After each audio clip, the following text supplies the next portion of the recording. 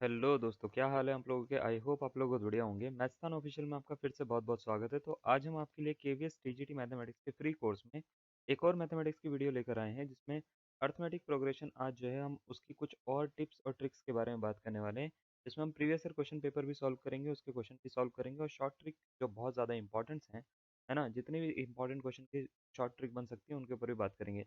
तो चलिए बिना किसी देरी के हम स्टार्ट करते हैं और एक सबसे अच्छी ट्रिक के ऊपर हम सबसे पहले बात करेंगे। तो चलिए सबसे पहला जो है वो हम बात करते हैं इनके ऊपर। पहली सबसे पहली प्रॉपर्टी क्या कहती है कि अगर किसी एबी में एस पी बराबर क्यू है और एस क्यू बराबर पी है, तो एस पी प्लस क्यू जो होता है वो माइनस पी प्लस क्यू के बराबर होता है। अब इसका मीनिंग क्या है, क्या होते हैं एस पी, क्या होता है एस क्यू और क्या एस पी प्लस क्यू क्या होता है। देखो, कभी भी किसी भी एपी होती है ना, कभी कोई अर्थमेटिक प्रोग्रेशन होती है या समांतर श्रेणी होती है, तो मान लेते हैं आप इसमें जैसे कुछ टर्म्स होती हैं A one A two A three. अगर मैं इसको जोड़ देता हूँ A one A two A three A four, ऐसे मैं जोड़ता जा रहा हूँ, सपोज करो, तो मान लेते हैं जोड़ते जोड़ते जो है वो मैं कुछ 10 टर्म्स तक पहुँच गया। तो अगर मैं आपसे बोलूँ भाई इतना लंबा कौन लिखेगा, A one A two A three ऐसे करते करते 10 तक कौन लिखेगा, तो इसको ऐसे लिख दिया जाता है एस टेन। एस टेन का मतलब होता है सम ऑफ 10 टर्म्स। ठीक है, यानी शुरुआत से लेके आगे तक की टर्म्स का सम, मतलब 10 टर्म्स का सम। तो अगर मान लेते हैं आपको ऐसी पी टर्म्स कोई दे रखी है, जैसे पी टर्म्स दे रखी हैं और उसका टर्म जो सम है वो क्यू है, और क्यू टर्म्स जो है उसका सम जो है वो पी है। ठीक है, तो अगर आपसे पूछा जाता है S P plus Q terms का सम क्या होगा, तो याद रखना ये होता है माइनस पे पी प्लस क्यू के बराबर। अब इसका मतलब क्या है, मान लेते हैं कि शुरुआत की 3 टर्म्स का सम जो है वो मान लेते हैं वो 4 है, और शुरुआत की 4 टर्म्स का सम जो है वो 3 है। थोड़ी देर के लिए मान लेते हैं।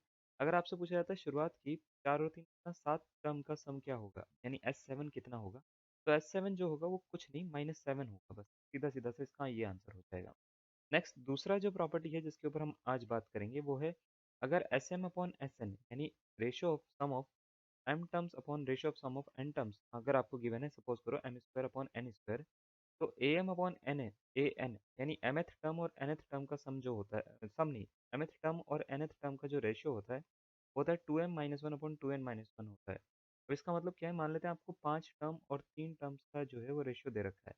ठीक है, कुछ भी दे रखा है, ठीक है, वो 25 दे रखा है, वो 9 दे रखा है, कुछ भी दे रखा है ना। या मान लेते हैं ऐसे दे रखा है कि आपको शुरुआत की 2 टर्म्स और शुरुआत की 6 टर्म्स का रेशियो दे रखा है। 2 टर्म्स का रेशियो जो है वो 4:36 आपको दे रखा है।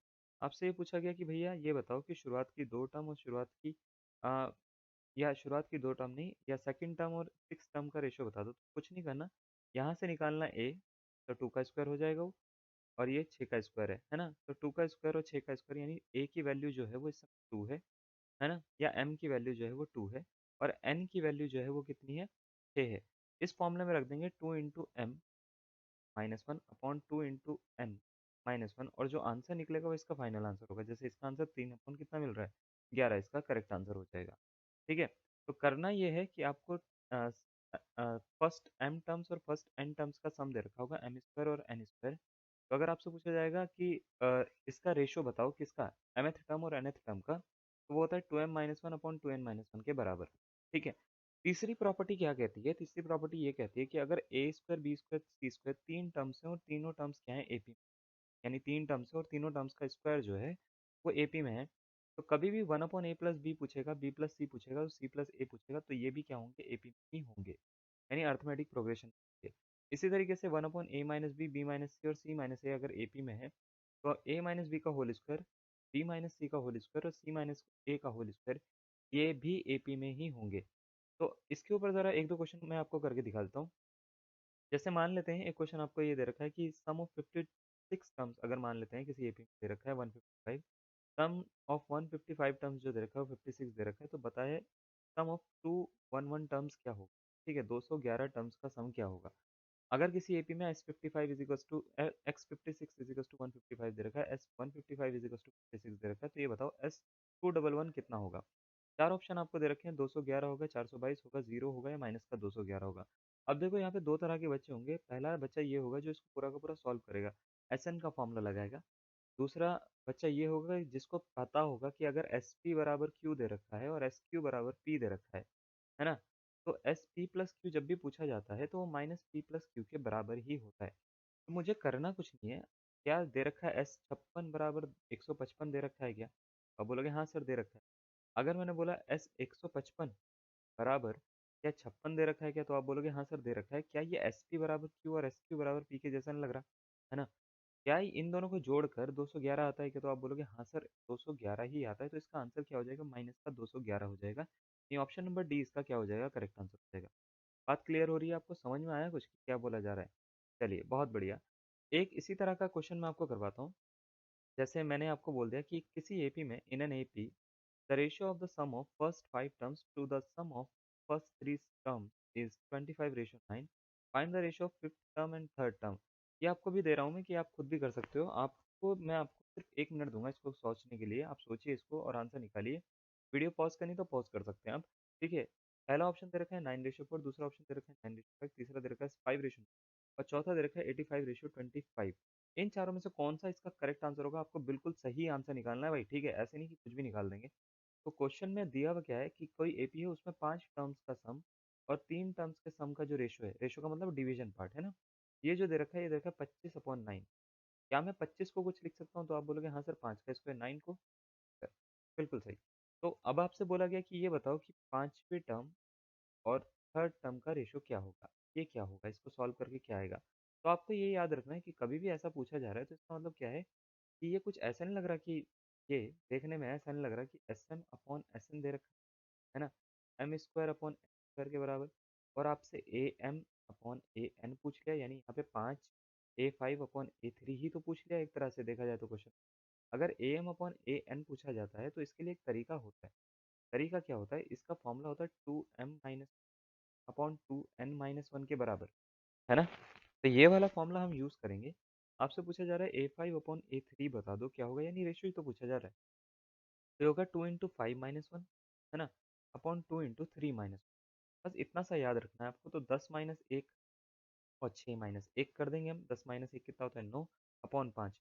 तो रेशियो कितना हो गया, रेशियो हो गया 9:5। क्या, 9:5। ऑप्शन नंबर अगर मैं आपसे पूछूंगा कौन सा इसका करेक्ट आंसर है, तो आप बोलोगे सर ऑप्शन नंबर बी इसका करेक्ट आंसर लग रहा है। हल्के क्वेश्चन है, समझ में आने चाहिए आपको। आपको अगर ये समझ में आ रहा है तो बहुत बढ़िया हो जाएगा। ठीक है, आपको एक चीज़ पता होनी चाहिए कि अगर मान लेते हैं ये सब चीज़ें थ्योरम की यूज़ नहीं हो रही है, सपोज करो थ्योरम यूज़ नहीं हो रही है, तो बेसिक फॉर्मूला वही है, एस एन बराबर n/2 2a+n-1 × d, है ना। इसको आप यूज़ करोगे और उसको सॉल्व करके फिर आंसर निकालोगे। या एस एन बराबर n/2 a+an भी होता है, ये वाला फॉर्मूला भी आप यूज करते हो सम निकालने के लिए। तो इन दोनों में से कोई सा भी फॉर्मूला यूज़ कर सकते हो। अगर आपको ये पता नहीं लग रहा है कि मैं क्या फॉर्मूला बोल रहा हूँ, क्या चाइनीज़ तो नहीं बोल रहा हूँ मैं, तो अगर अगर ऐसा लग रहा है कि आपको कहीं पे भी डाउट आ रहा है, तो शुरुआत की 2 वीडियो में बहुत अच्छे से मैंने इस फॉर्मूले को एक्सप्लेन करा है और चीज़ों को एक्सप्लेन करा है। क्या होती है अरिथमेटिक प्रोग्रेशन, क्या होती है ज्योमेट्रिक, क्या होती है इसके रूल्स, क्या-क्या चीज़ें हैं, सब कुछ बताया है। तो जाके एक बार ज़रूर देखिएगा।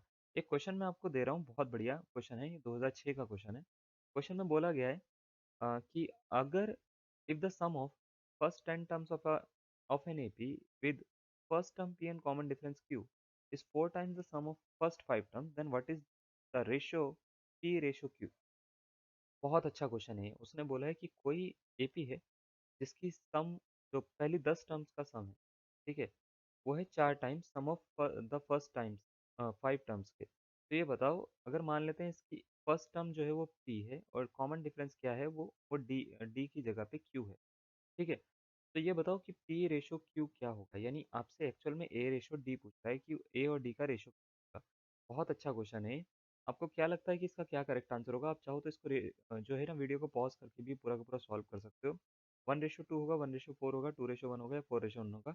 चलिए इसको पूरा का पूरा सॉल्व करिए आप और अपने दिमाग में सोच लीजिए कि इसका क्या आंसर होगा।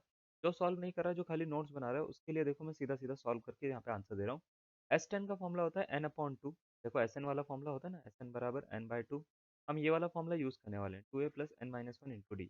ये फॉर्मूला हम यूज़ करेंगे। देखो 10/2 है ना, और 2a यानी 2a, a की जगह पे क्या था, प्लस n-1 यानी 9 यानी 10-1, और d की जगह पे क्या है, q। क्लियर हो गया। 4 × 5/2 इसमें भी लगा दो, और 2a प्लस n-1 यानी 4 × d, d की जगह पे फिर दोबारा से q लिख दो, है ना, 4 × q। जैसे हम ये लिखेंगे 2 से देखो 2 कट हो रहा है, कट हो गया, 2 से 2 कट हो गया। अब 2 से 2 कट कर दिया हमने, और ये देखो 5 चौक होता है 20 और ये 10 है, तो यहाँ पे 2 बच जाएगा क्या? तो आप बोलोगे हाँ सर 2p बराबर मिल रहा है 2p + 9q। बराबर मिल रहा है आपको 2 2 ज़ा 4p, है ना, प्लस 4 दूनी 8, 8 क्यू, है ना। तो अब हम करेंगे क्या, क्यू वाले एक साइड ले लेते हैं, पी वाले एक साइड ले लेते हैं, यानी 8 क्यू है, इसको इधर ले जा लो, माइनस का हो जाएगा तो 9 क्यू माइनस 8, है ना। और 2p जो है उसको इधर ले जा लो, तो ये हो जाएगा 4p-2। तो जैसे ही इसको सॉल्व करेंगे तो ये बनेगा क्या, ये बनेगा q बराबर 2p। तो आपको निकालना क्या है, आपको निकालना है p upon q।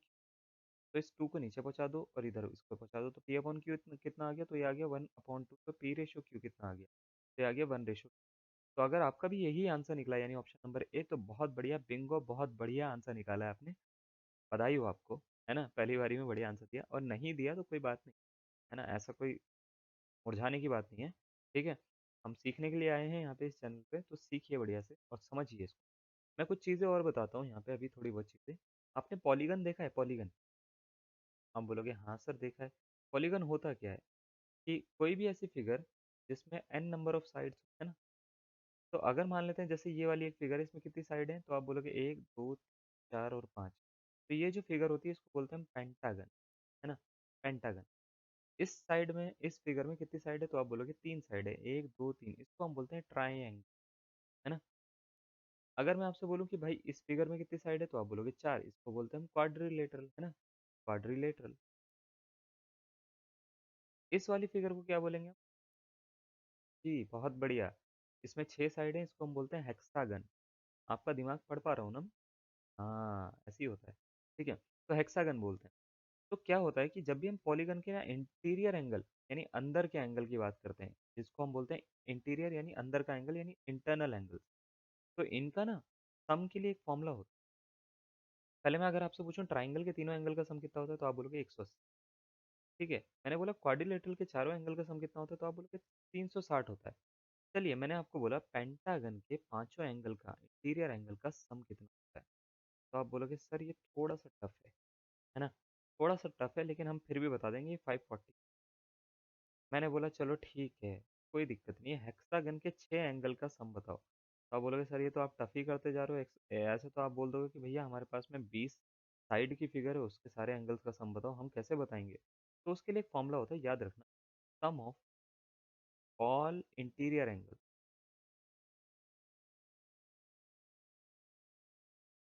Of a polygon.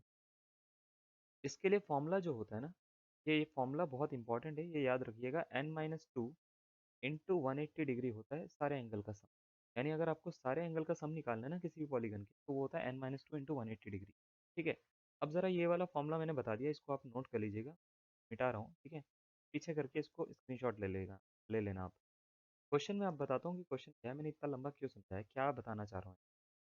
Question में ये बोला गया कि the interior angles of polygon of n sides, कोई पॉलीगन है जिसमें कितनी साइड है, एन साइड है, आर इन एपी, उसके इंटीरियर एंगल जो है वो एपी में है। तो स्मॉलेस्ट एंगल जो है वो 120 डिग्री है और कॉमन डिफरेंस जो है वो 5 डिग्री है। स्मॉलेस्ट एंगल यानी ए की वैल्यू दे रखी है 50 डिग्री, कॉमन डिफरेंस यानी डी की वैल्यू दे रखी है 5 डिग्री। उसके बाद बोला है how many possible values n can have, ठीक है। इसका मतलब यह है कि कोई पॉलीगन है जिसमें एन साइड्स हैं, अगर उसकी पहला एंगल, ठीक है, 120 डिग्री का हो और हर एंगल में 5 5 डिग्री का डिफरेंस हो और वो एंगल जो है एपी की जैसा काम कर रहे हो, ठीक है। तो ये बताओ कि इसमें एन की वैल्यू क्या हो सकती है, यानी नंबर ऑफ साइड कितनी हो, 1 होगी, 2 होगी, 3 होगी, इनफाइनाइट साइड होगी। ऐसा कौन सा पॉलीगन होगा इसमें कितनी साइड बनेंगी। तो देखो करने के लिए आपको ये समझ में आना चाहिए कि पॉलीगन का जो सम होता है सारे एंगल का, वो होता है n-2 हम इसका थोड़ा सा यूज़ करेंगे और एस एन का फॉर्मूला भी लगा देंगे। एस एन का फॉर्मूला होता है n/2 2a प्लस n-1 होता है या नहीं होता, अब बोलोगे हाँ सर होता है। तो n-2 इंटू 180 डिग्री ये लिख दिया हम। अब देखो करेंगे, ये इसको ना 2 को इधर शिफ्ट कर लेता हूँ। जैसे ही शिफ्ट करूंगा तो ये हो जाएगा n, और 2 इंटू ए की जगह पे मैं डाल देता हूँ 120, प्लस n-1 इंटू डी की जगह पे मैं क्या डाल देता हूँ 5 डिग्री। जैसे ही मैं इसको सॉल्व करूंगा तो ये बन जाएगा 180 की, पहले तो इससे मल्टीप्लाई कर दो और उसके बाद 2 से भी कर दो, तो 180 200 360 हो जाएगा, ठीक है। 18 दूनी 36, 36 दूनी 72, 720 या ये, ठीक है। और ये हो गया 240, ऐसे 5 माइनस करेंगे 235 एन, है ना। और ये हो जाएगा भैया 5 एन स्क्वायर हो जाएगा, 235 एन स्क्वायर और 5 एन हो जाएगा जब मैं अंदर मल्टीप्लाई करूंगा। यानी इस n के अंदर मल्टीप्लाई कर दिया, इसको 240, ऐसे ये 5 माइनस करा और ये 5n हो गया। ठीक है? तो हमने क्या करा, और 240 में से 5 माइनस करा ना, 5n स्क्वायर होगा फिर ये। ठीक है? ये हो जाएगा 5n स्क्वायर और 235n होगा प्लस 5n स्क्वायर, है ना? Is equals to 360n minus 20।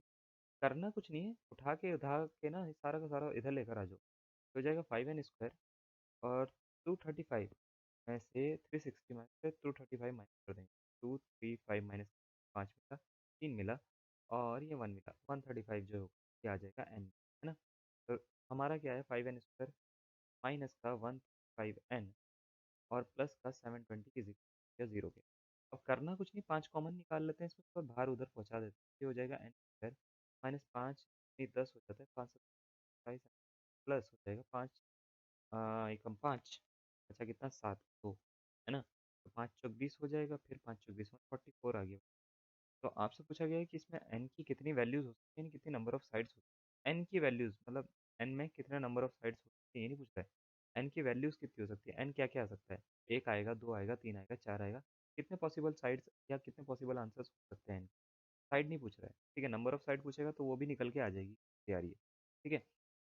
अब ज़रा देखो, तो करना कुछ नहीं है इसका, ज़रा मैं अगर बात करूँ 27 लाना है, 27 144 को, है ना? क्या मैं ऐसे लिख सकता हूँ, n square minus 16n minus 9n plus 44 is equal to 0, 16 और 9 27 होता है ना, 9 7 16, है ना? अब इधर देखो, ये n कॉमन आ गया तो n माइनस 16 हो गया, माइनस 9 कॉमन आ गया तो n minus is equal to, तो n की दो वैल्यू आएंगी। समझ में आ रही है आपको कौन कौन सी? एक तो n माइनस 9 और n माइनस 16, तो n की वैल्यू एक तो आ रही है 9, एक आ रही है 16। तो हम छोटा वाला स्मॉलेस्ट वैल्यू निकाल लेते हैं, 9 जो होगा वो इसका करेक्ट आंसर, 16 नहीं होगा। ठीक है? 16 को लेंगे नहीं, इसमें डाल के सेटिस्फाई करके देखो, वो सेटिस्फाई नहीं होगा। ठीक है? इसमें नहीं, इसमें। ठीक है? सम ऑफ एंगल में जैसे आप डाल के सेटिस्फाई करोगे, सेटिस्फाई नहीं होगा, तो एन की वैल्यू आ रही है 9, यानी इस पॉलीगन में 9 साइड होगी, 9 साइड होगी पॉलीगन। ठीक है? और अगर मैं पूछूंगा कि ऐसी एन की कितनी वैल्यू पॉसिबल है, तो आप बोलोगे सिर्फ एक ही वैल्यू पॉसिबल है, 9 इसका करेक्ट आंसर होगा। तो ऑप्शन नंबर ए इसका करेक्ट आंसर।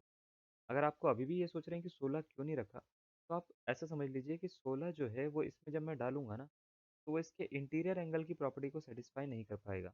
16 में से 2 माइनस करोगे आपको 14, 14 गुणा 180 करोगे, तो जो एंगल आएगा ना वो इंटीरियर एंगल की प्रॉपर्टी को सेटिस्फाई करेगा। ये इंटीरियर एंगल जो होते हैं वो 60 के मल्टीपल्स में भी चलते हैं। ठीक है? तो आपको ये भी बात ध्यान रखनी है, जिसको ये सेटिस्फाई नहीं कर पाएगा। सेटिस्फाई नहीं करेगा तो ये इसका आंसर भी नहीं होगा। बात समझ में आ रही है? चलिए, एक ये क्वेश्चन हमने कर लिया। आई होप आपको इतने क्वेश्चन क्लियर हो गए होंगे। आगे वाली वीडियोस में कुछ अलग क्वेश्चंस के ऊपर आएंगे, जैसे ये वाला क्वेश्चन आपको दिख रहा होगा, बहुत अच्छा क्वेश्चन है। इसको किस तरीके से आपको सॉल्व करना है और इस टाइप के कितने कितने क्वेश्चन आते हैं, क्या क्या आते हैं, नंबर सिस्टम में कैसे क्वेश्चन पूछे जाते हैं, सब चीज़ें मैं इसको बताने वाला हूँ नेक्स्ट वीडियो में। तब तक के लिए बने रहिए हमारे साथ।